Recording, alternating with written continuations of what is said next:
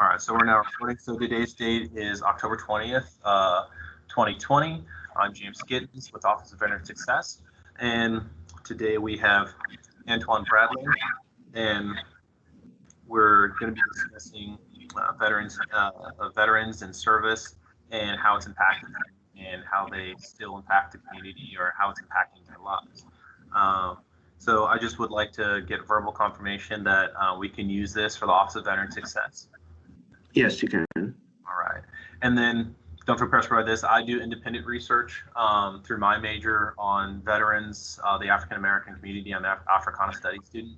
And so I would like your permission, if possible, could I use this recording for research in order to promote and reflect any kind of critical dynamics with the African American community or veterans and, trying to raise awareness? Is that all right? Yes, it is. Okay, thank you. All right, so let's see here. Gotta pull up.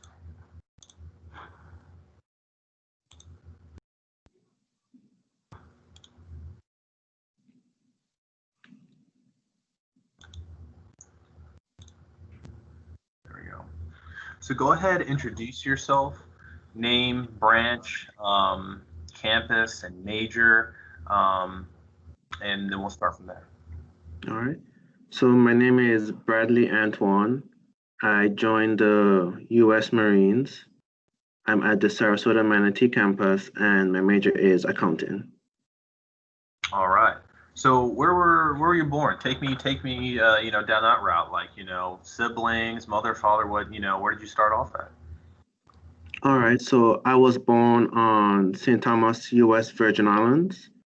My parents Dominica, and they settled down in the U.S. Virgin Islands where I was born. I have quite a few siblings. On my mom's side, I have two sisters, and by my dad's side, I have like three brothers.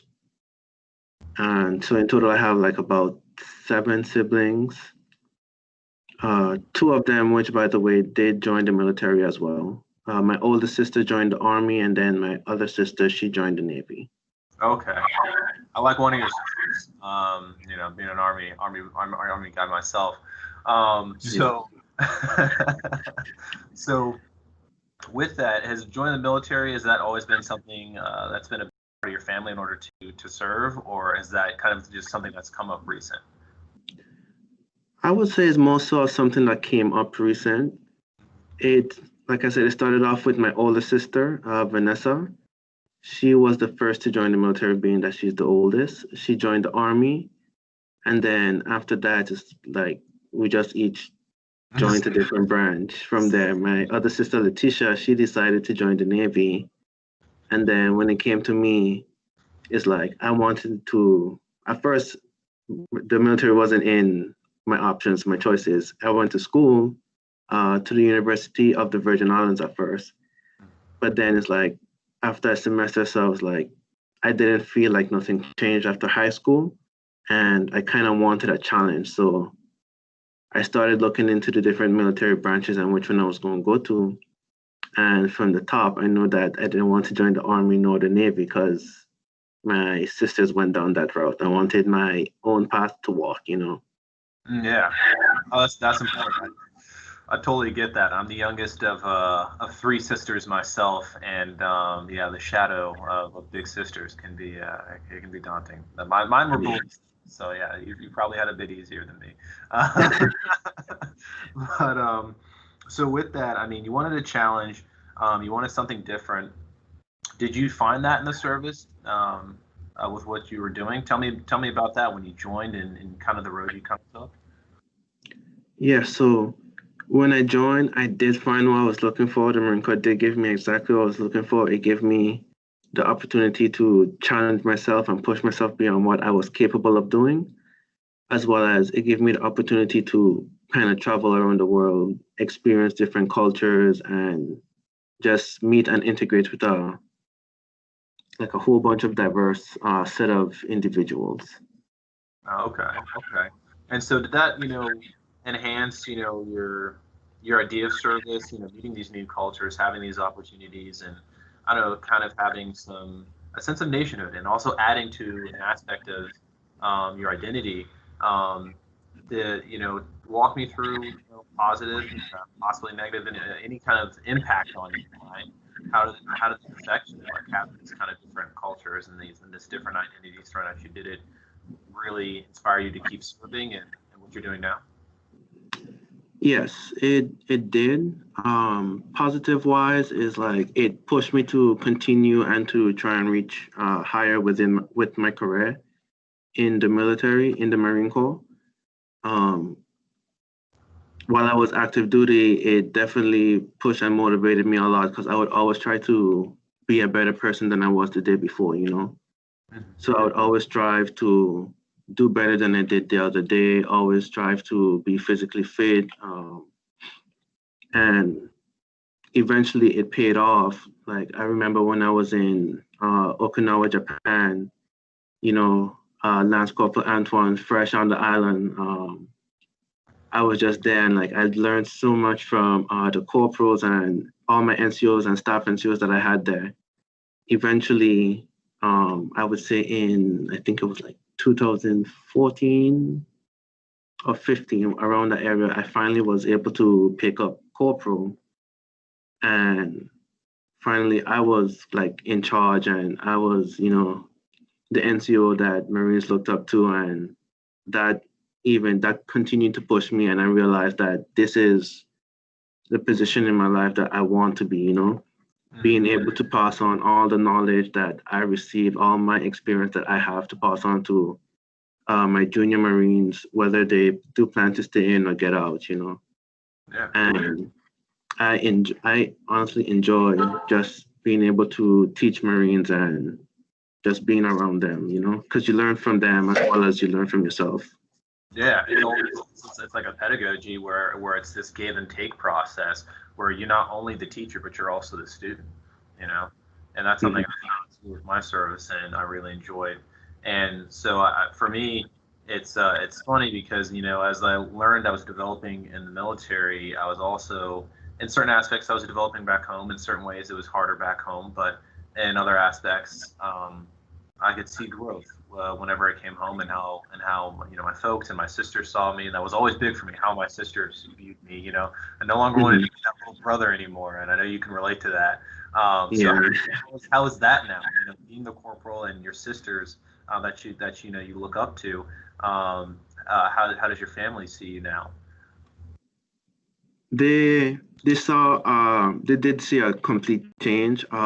Physical wise, I was a lot more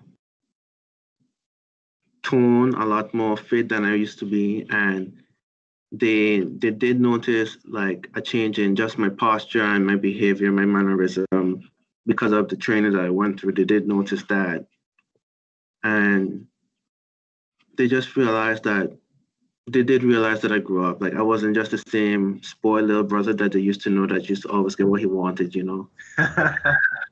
Yeah. Oh yeah, I know. That's good. That's good. I'm happy for both of us. Yes. And so with that, now walk me through, what you're studying now and in conjunction with, your service. Where is that with you right now? What do you plan to do with that? How is that helping you with your growth? All right. So with accounting, I would say it's not the same job as I do within the military. In the military, my MOS is 3051. Before they used to call it a warehouse clerk, but now they changed the name to inventory management specialist. And basically within the MOS, I work within the supply section, whether it's issuing out gear, receiving gear, and issuing out parts to the commodities, and then storing those documents for further use. Is completely different from what I do here at school and for what I'm seeing as an accountant would be doing. But one of the things that I would say both the Marine Corps and my MOS, my job wise, did give to me that's perfect for my major is being very detail oriented, because with accounting, there's a lot you have to stay on top of, and you have a whole lot of numbers to look at. So pretty much being very detail oriented with my military career has, it helped me out with that, being able to stay focused within the numbers and like just stay focused in general on what I have to do. That's vast. Now that's very deep. I mean, in order for you to kind of like handle accounting, what you're dealing with a lot of numbers, ones and zeros, up and down the boxes, graphs, data information, qualitative, quantitative, and being able to really articulate yourself with ones and zeros. That's all attention to detail, and that's being able to follow rules and standard operating procedures. That we've learned in the military. Transition Mhm. to that. I mean, I definitely see that importance. Now, with any point in time in the military, I mean, I don't know if you're aware, but you're definitely permitted to bring any kind of memorabilia, archival data, as we call it. But anything that kind of inspired you. I know for myself, I walk around with a couple of things I'll take out. So this is warrior ethos in the Army, and so Nice. and the Soldier's Creed. Um, Mhm.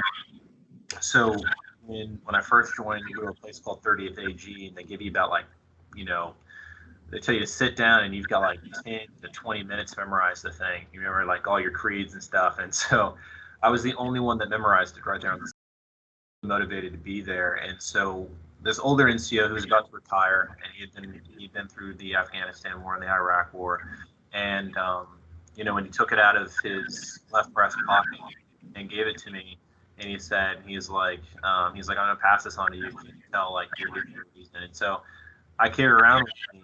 I have ever since 2012, because that moment right there signified that I've got at least potential. I might not know what's going to happen next, but at least I can take a next a few more steps, with a bit more faith, that I have the potential to be here and these titans. So.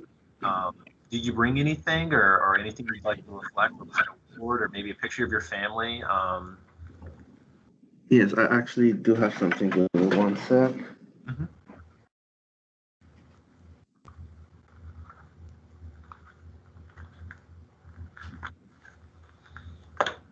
So these aren't as I would say old, but these are some of my more recent memories.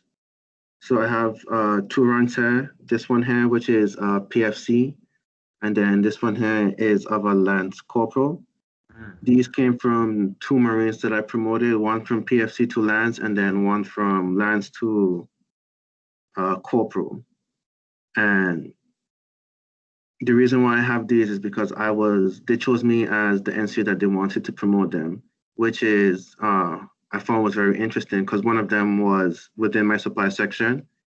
And it's like, I don't know, I feel that, as the NCO, it made me proud to see them grow and reach up higher in rank. And I don't know, it's just, I feel accomplished when I know that they're accomplishing something, being promoted, being awarded, and just doing the right stuff. And the one for Lance Corporal, this was his name is Corporal Louis, I believe. He got promoted to corporal, and I was the one who pinned him. And I just found it interesting because that he chose me because, like, we talked a couple times during every time I drill, uh, but I just didn't expect it of him to choose me as the one he wanted to pin him.